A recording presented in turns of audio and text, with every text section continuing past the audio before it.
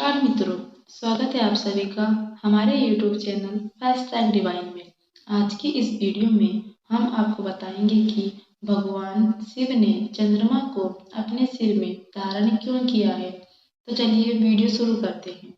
हिंदू शास्त्रों के मुताबिक शिव जी और चंद्रमा का गहरा नाता है। इसकी कहानी दक्ष प्रजापति की कन्याओं से भी जुड़ी है। कहा जाता है कि दक्ष प्रजापति की 27 नक्षत्र कन्याओं का विवाह चंद्र के साथ हुआ था। दक्ष की 27 बेटियों में रोहिणी बहुत सुंदर थी, जिसके कारण सुंदरता प्रेमी चंद्र का उनके प्रति अधिक स्नेह था, जो बात बाकी बहनों को अच्छी नहीं लगती थी। इस कारण वो सभी दुखी रहती थी। इन सब ने अपना कष्ट अपने पिता से कहा, जिसे सुनकर दक्ष को गुस्सा आ गया और उन्होंने चंद्रमा को क्षय रोग का श्राप दे दिया। जिसके बाद चंद्रदेव क्षय रोग से ग्रसित हो गए और उनकी शक्ति धीरे धीरे खत्म होने लगी। वो दुखी हो गए। उनकी इस हालत को देखकर नारद जी ने उन्हें मृत्युंजय भगवान आशुतोष की आराधना करने को कहा। चंद्रदेव ने उनकी इस बात को मान लिया और वो प्रभु की आराधना में जुट गए, जिसका असर हुआ और उन्हें भगवान शंकर ने पुनर्जीवन का वरदान दे दिया। उन्हें अपने मस्तक पर धारण कर लिया।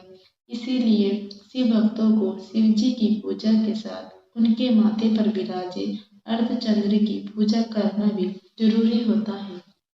भगवान शिव शक्ति पुंज के रूप में युगों से संसार में विद्यमान है। ये निराकार है और जन्म और मृत्यु के बंधनों से मुक्त हैं। शिव के रौद्र रूप और सौम्य दोनों रूपों की कोई कथाएं प्राचीन ग्रंथों में वर्णित है। ये सब जानते हैं कि यदि क्रोध में शंकर सृष्टि के संहारक बन जाते हैं तो शांत स्वरूप में संसार की रक्षा के लिए स्वयं कष्ट सहने के लिए तैयार रहते हैं।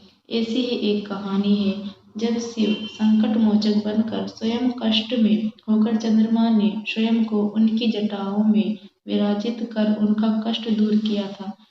शिव पुराण में वर्णित पौराणिक कथा के अनुसार जब समुद्र मंथन किया गया और उनमें से विष निकला तो पूरी सृष्टि की रक्षा के लिए स्वयं भगवान शिव ने उनको ग्रहण कर लिया। इस विष को पीने के बाद शिव जी का शरीर उनके प्रभाव से अत्यधिक गर्म होने लगा। इसे देखकर चंद्रमा ने विनम्र स्वर में प्रार्थना की कि भोले उन्हें माथे पर धारण कर ले, ताकि विष का प्रभाव कम हो और उन्हें शीतलता का अनुभव हो। पहले तो शिव ने चंद्रमा के इस आग्रह को स्वीकार नहीं किया, क्योंकि उन्हें लगा कि श्वेत और शीतल होने का कारण चंद्रमा इस विष की असहनीय तीव्रता को सहन नहीं कर पाएंगे। जब चंद्रमा सहित अन्य देवता गणों ने उनसे बार बार निवेदन किया तो शिव ने उसे स्वीकार कर लिया और चंद्रमा को अपने मस्तक पर विराजमान होकर पूरी सृष्टि को अपनी शीतलता प्रदान कर रहे हैं। माना जाता है कि उसी विष की तीव्रता के कारण चांद के श्वेत रंग में नीलिमा घुल गई है, जिस कारण पूर्णिमा की रात को चांद का रंग थोड़ा थोड़ा नीला भी प्रतीत होता है। अगर आपको हमारी वीडियो अच्छी लगी है तो हमारे चैनल को लाइक और सब्सक्राइब जरूर कीजिए। धन्यवाद।